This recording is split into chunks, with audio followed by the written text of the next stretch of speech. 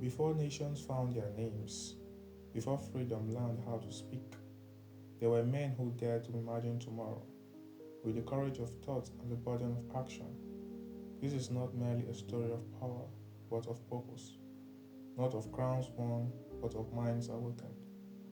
From humble soil of Ikem rose a voice that believed education was liberation, that welfare was justice, and that leadership was service. Here is the quiet spaces between history and memory. We listen again to the footsteps of visionaries, to ideas that refuse to die, to echoes that still shapes the present. Welcome to Echoes of Time TV, where the past speaks and the future listens. This is the story and life of Chief Jeremiah Obafemi Awolowo. Chief Jeremiah Obafemi Awolowo was born in Ikem on 6 March 1909 in Ogun State, Nigeria. He did not come from a privileged background, and is said to have been the first person in his family to attend school up to the university. Awolowo was a devout Christian and a democratic socialist. He lost his father at a young age and worked at various times as a farmer, produce broker, fisher, typist, clerk, and a journalist. He attended Wesley College, Ibadan, Nigeria, and obtained a law degree from the University of London.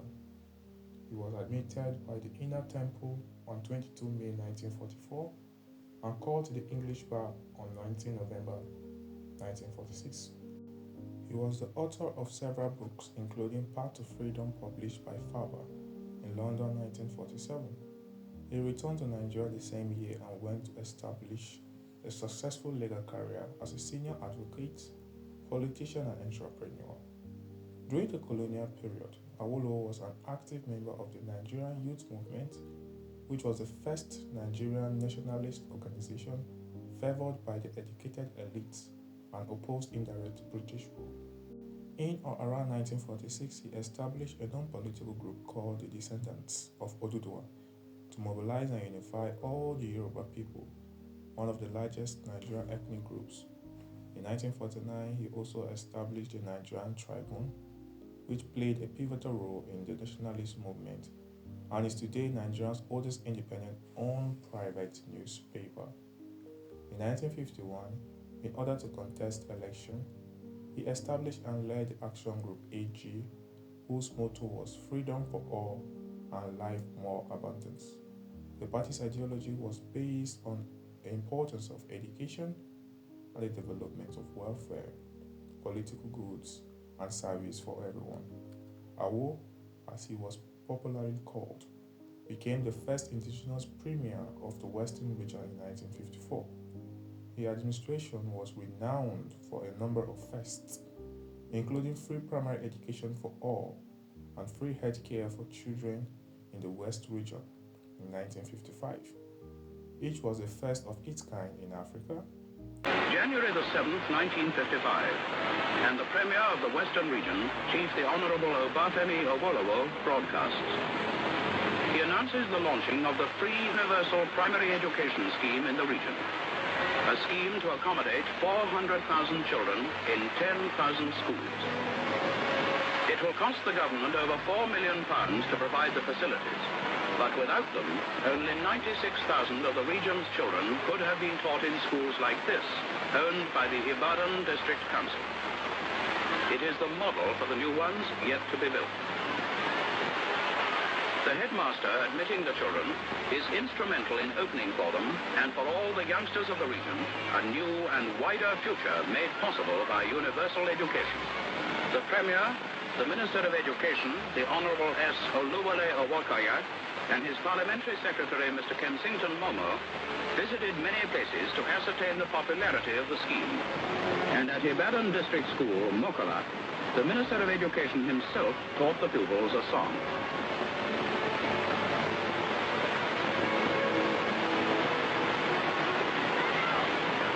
Children of all tribes in Nigeria, Hausas, Igbos, and Yorubas, whose parents have the required residential qualifications in the region, also benefit. And the ministers must have been well satisfied by the many indications of early success.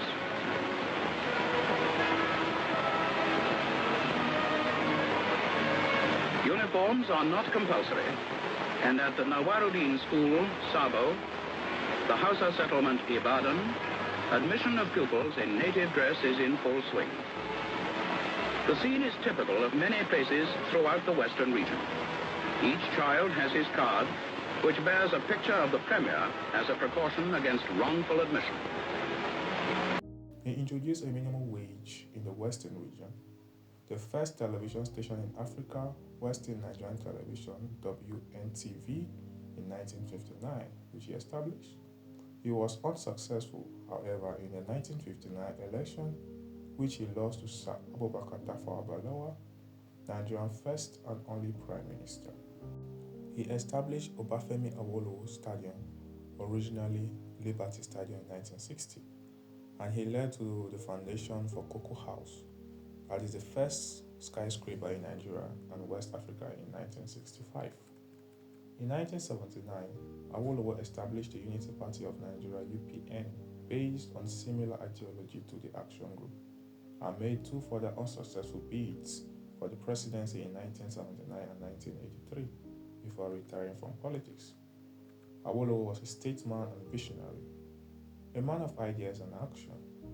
In 1982, he was awarded the Grand Commander of the Federal Republic of Nigeria (GCFR), Nigeria's highest honor, by President Shehu Shagari, in recognition of his achievements and contribution to the Federation. He is fondly remembered as the first leader of the Yoruba and often described as the best president Nigeria ever had. Awolowo was passionate about education and the establishment of one of the country's top pioneering universities, Obafemi Awolowo University (OAU), formerly University of Ife, named after him posthumously in 1987, was his brainchild. He was also its first chancellor. The post-colonial architecture of Obafemi Awolowo University (OAU) was designed by Israeli Ariel Sharon and a team of Nigerian architects. The campus featured in Bauhaus Century Exhibition 2019, where it was described as a symbol of Nigeria's independence from Britain, a modernist university and product of politics, design, and climate, as well as being a social stage for community and education. Nobel Prize winner Professor Wole Soyinka was professor of comparative literature at OAU from 1975 to 1999. Chief Awolowo unfortunately died in his hometown in Ikenne in 1987. Since 1999, a portrait of Chief Obafemi Awolowo appears on Nigeria's 100 Naira notes. The echoes of him that remains. He did not rule the nation, yet the nation still walks in his shadow.